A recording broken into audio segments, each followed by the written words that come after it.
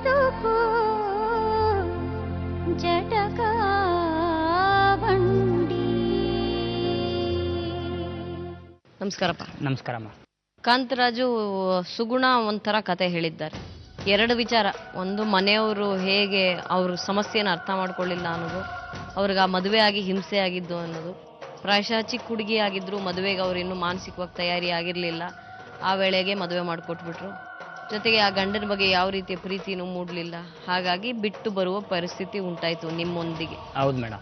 ನಿಮ್ಮೊಂದಿಗೆ ಅಧಿಕೃತವಾಗಿ ಮದುವೆನೂ ಆಗಿಲ್ವಂತಲ್ಲಪ್ಪ? ಏನು ಆ ಥರ ನಮಗೇನು ಅನುಕೂಲ ಇರಲಿಲ್ಲ, ಆ ಥರ ಏನು ಮಾಡೋರು ಇರಲಿಲ್ಲ, ಅದರಿಂದ ನಾನು ಏನು ಇದು ಮಾಡ್ಕೊಳ್ಳಿಲ್ಲ, ಸುಮ್ಮನೆ ಹಂಗೆ. ಈಗ ಮದುವೆ ಆಗಬೇಕು ಅಂತಾರಲ್ಲ, ಮದುವೆ ಬಗ್ಗೆ ಇರೋ ಭಯ ಹೋಗಿಸ್ಕೊಳ್ಳೋಕ್ಕಾಗಿ ಇಲ್ಲಿ ಬಂದಿದ್ದಾರೆ ಅಂತ ನನಗನ್ಸುತ್ತೆ. ಹೌದೇನಮ್ಮ? ಕೇಳಿ ಮೇಡಮ್, ಪರವಾಗಿಲ್ಲ. ಮದುವೆ ಬಗ್ಗೆ ಇರೋ ಭಯ. ಮದುವೆ ಅಂದ್ರೆ ಏನು ನಿಮ್ಮ ಲೆಕ್ಕದಲ್ಲಿ? ಗಂಡು ಹೆಣ್ಣು ಅರ್ಥ ಮಾಡ್ಕೊಂಡು ಜೀವನ ಸಾಗಿಸೋದು ಅಷ್ಟೇ. ನಾವು ಜೀವನ ಸಾಗಿಸ್ತಾ ಇದ್ದೀವಿ, ಆದ್ರೂ ಏನೋ ಮದುವೆ ಆಗಿಲ್ಲ ಅಂತ ಒಂಥರ ಭಯ. ಅಲ್ಲಿ ಮದುವೆ ಆಗಿದ್ದಕ್ಕೆ ಭಯ ಆಗಿತ್ತು, ಇಲ್ಲಿ ಮದುವೆ ಆಗಿಲ್ಲ ಅಂತ ಭಯ. ನಿಮಗೇನಾದ್ರೂ ಅಡೆತಡೆಗಳೇನಾದ್ರೂ ಇದೆಯಾ ಮದುವೆ ಆಗೋದಕ್ಕೆ? ಏನಿಲ್ಲ ಮೇಡಮ್, ಆ ಥರ ನನಗೇನು ಇದೇನಿಲ್ಲ. ಆಬ್ಜೆಕ್ಷನ್ ಏನು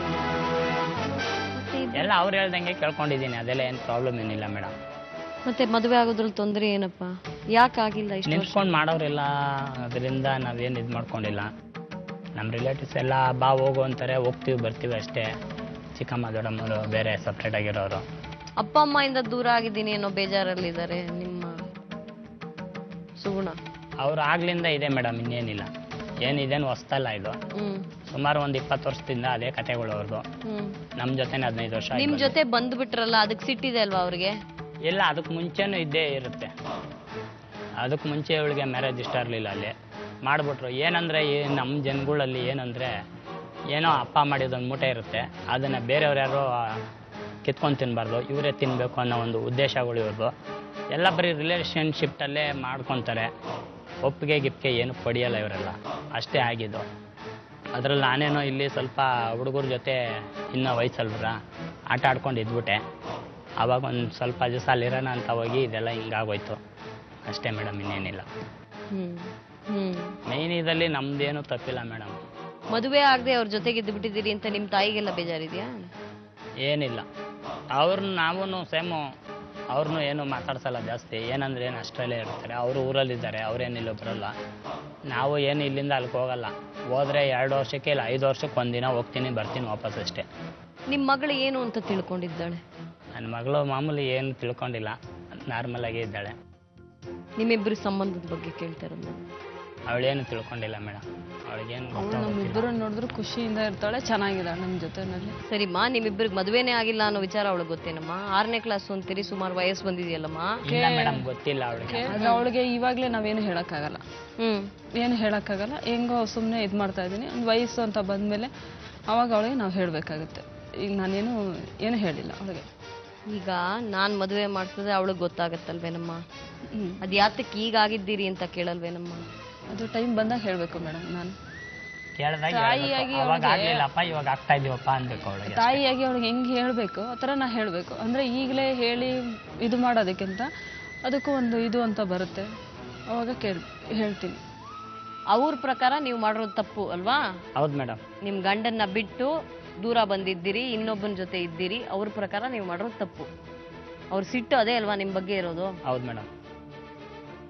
ಆ ಸಿಟ್ಟನ್ನು ಹೋಗ್ಸೋ ಪ್ರಯತ್ನ ನೀವು ಮಾಡಿದ್ದೀರೋ? ಮಾಡಿದ್ದೀನಿ ಮೇಡಮ್. ಕ್ಷಮೆ ಕೇಳಬೇಕು ಅಂತಾನೆ ಎಲ್ಲ ಮಾಡಿದೆ, ಸಿಕ್ಕಿಲ್ಲ ಕ್ಷಮೆ. ಕ್ಷಮೆ ಕೇಳಿದ್ದೀರಾ ಅಥವಾ ಪ್ರಯತ್ನ ಮಾಡಿದ್ದೀರಾ? ಪ್ರಯತ್ನ ಮಾಡಿದೆ, ಅದಕ್ಕೆ ಫಲ ಸಿಕ್ಕಿಲ್ಲ. ಎಲ್ಲಿ ಹೋಗಿದ್ರಿ ಕ್ಷಮೆ ಕೇಳಕ್ಕೆ? ಮನೆ ಹತ್ರನೇ ಹೋಗಿದ್ದೆ. ಏನಂದ್ರು? ಅದೇ ಅವಾಗ ಹೇಳಿದ್ದು ತುಂಬಾ ಕೆಟ್ಟ ಮಾತಲ್ಲಿ ಬೈದ್ಬಿಟ್ಟು ಸುಮ್ಮನೆ ಆಗ್ಬಿಟ್ರು ನಿಮ್ಮ ತಾಯಿ. ನಿಮ್ಮ ತಂದೆ? ನಮ್ಮ ತಂದೆ ಮನಸ್ಸಲ್ಲಿ ಏನಿತ್ತು ಅಂತ ಅವತ್ತು ಗೊತ್ತಾಗಿಲ್ಲ.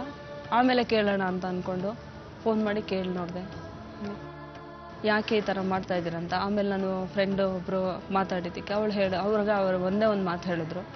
ಅವ್ರು ಹೇಳಿದ್ದು ಪ್ರಕಾರ ನಾನು ಹೇಳಕ್ಕೆ ಹೋದರೆ ಆಗಲ್ಲ, 14 ವರ್ಷಕ್ಕೆ ಮುಂಚೆ ಅವಳಿಗೆ ಮದುವೆ ಮಾಡಬೇಕಾದ ಅನಿವಾರ್ಯ ಬಂತು ಅಂತಂದ್ರು. ಯಾಕೆ ಅಂತ ಕೇಳಿದ್ದಕ್ಕೆ 14 ವರ್ಷಕ್ಕೆ ಮುಂಚೆಗೆ ಅವಳಿಗೆ ಏನೇನೋ ಸಂಬಂಧ ಇತ್ತು, ಅದಕ್ಕೋಸ್ಕರ ನಾನು ಮದುವೆ ಮಾಡಿದೆ ಬಾಮೈದನಿಗೆ ಅಂತ ಹೇಳಿದ್ರು ಅಂತಂದು.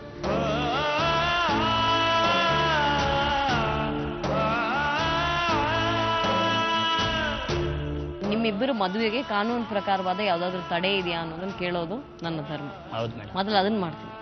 ಅದಾದ್ಮೇಲೆ ನಿಮ್ಮಿಬ್ಬರು ಮದುವೆ ಹೇಗಾಗ್ಬೋದು. Okay madam. ಓಕೆ, ನೀವು ಬಂದಿರೋ ಕಾರಣ ಅದು, ಹಾಗಾಗಿ ಅದನ್ನ ನಾನು ನೆರವೇರಿಸ್ತೀನಿ. ಇನ್ನು ನಿಮ್ಮ ನಂಜೇಗೌಡರು, ನಿಮ್ಮ ತಮ್ಮ, ಇವರೆಲ್ಲ ಇವರ ಅಭಿಪ್ರಾಯವೇನು ಅಥವಾ ಈ ವಿಚಾರವಾಗಿ ಅವರ ಧೋರಣೆ ಏನು ಅದನ್ನು ತಿಳ್ಕೊಂಡು ಹೇಳೋದು ನನ್ನ ಧರ್ಮ. ಅದನ್ನು ನಾನು ಮಾಡ್ತೀನಿ. ಜಟಕಾ